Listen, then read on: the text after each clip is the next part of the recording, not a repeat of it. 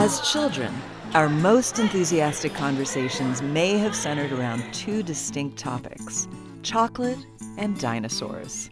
That was certainly the case for South Bend businessman Mark Tarner when he was growing up. But what makes Mark's story so remarkable is that those two passions, chocolate and dinosaurs, never faded as he grew older. And here on the city's west side are a couple large attractions that pay tribute to Mark's two obsessions: a place where Willy Wonka meets Jurassic Park, the South Bend Chocolate Company, and the Indiana Dinosaur Museum. Constantly trying to bring people together and build bridges and create new opportunities. But I think primarily I'm sort of in the people business. Mark's introduction into the people business began in the 1960s at this modest family-run grocery store in tiny Leesburg, Indiana. Here, young Mark learned how to make candy and build a successful business under the guidance of his father, Don. I was the first kid to go to college. My dad never went to college. He always had a job. Looking back, it was probably where I grew up, the time I grew up. You know, we didn't have the internet or cell phones, so I mean, what do? I just kind of followed in some way in my father's footsteps. We lived above a grocery store in Leesburg, and I remember going down for penny candy and straightening up the cans, you know. And so I grew up in a family business, you know, the American dream, I guess. Leesburg was a great place to grow up. And, you know, I delivered all the papers to everybody. So I understood capitalism as a child and understood its importance. And it's always been sort of a trait of mine. And I think it's a great Hoosier trait. Mark started the South Bend Chocolate Company in the early 1990s with little more than a shoestring budget and a few family members willing to back his strong vision and sweet dreams. Within a few years, Mark and his staff were cooking up more than 500 different varieties of chocolates and candy. The chocolate company soon grew into one of the top mom-and-pop shops in the state. I told millions of people, hey, we're Indiana's Chocolate Company. It has to be good. It has to be better than my competitions, and you have to like the price that you buy it for. Basically, my role at the South Bend Chocolate Company has been and will be to market and to build the brand. The South Bend Chocolate Company has been an important part of the city's business landscape for more than 3 decades. Mark's latest passion project, the Indiana Dinosaur Museum, is a new venture, launched in 2024 after several years of planning and construction. As a 9-year-old, I thought I was an explorer, you know, and I was gonna, you know, go to Mars or something. So I've always had that adventure in me, you know, and being from small town Indiana, you didn't think I could ever do it, but I think it was always in my heart.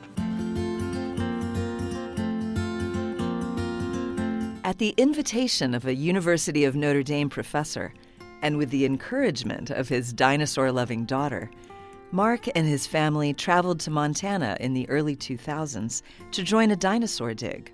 I'd never really been out west, fell in love with the adventure, but the springboard of it is my 10-year-old daughter said, hey, Dad, I want to dig up a dinosaur.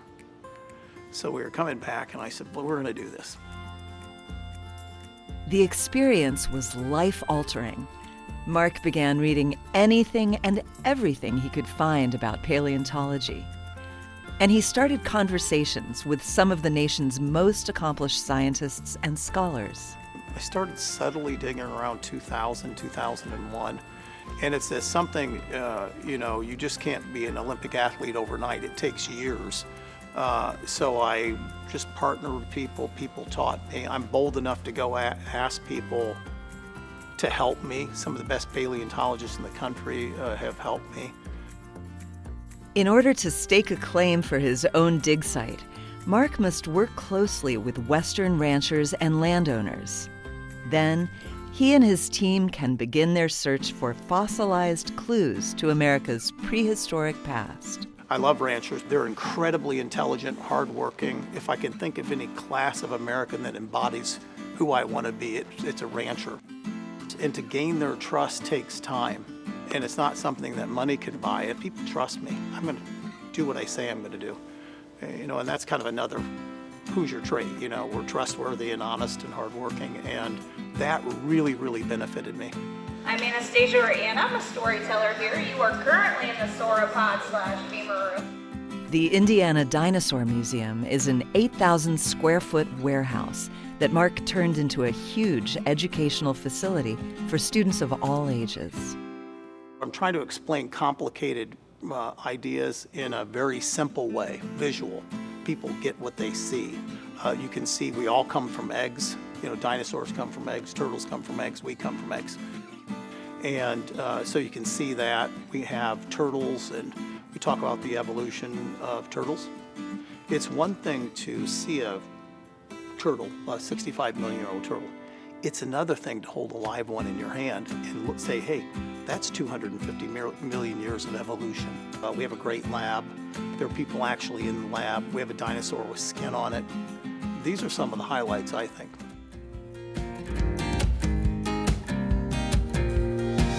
The entire campus that Mark and his staff manage expands 100 acres across the Continental Divide, which just so happens to run through his property.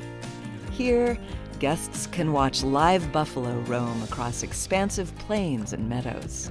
I was here this weekend, and I heard grandparents, the grandkids would come up and say, Grandpa, thank you so much for this day.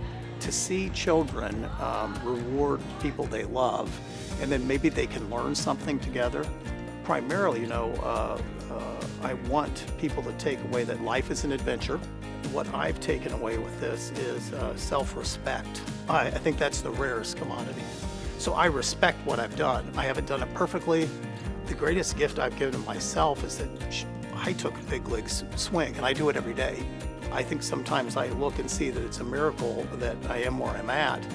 But it's been purposeful, it's honest. Hopefully it'll be part of the Indiana story and the South Bend story.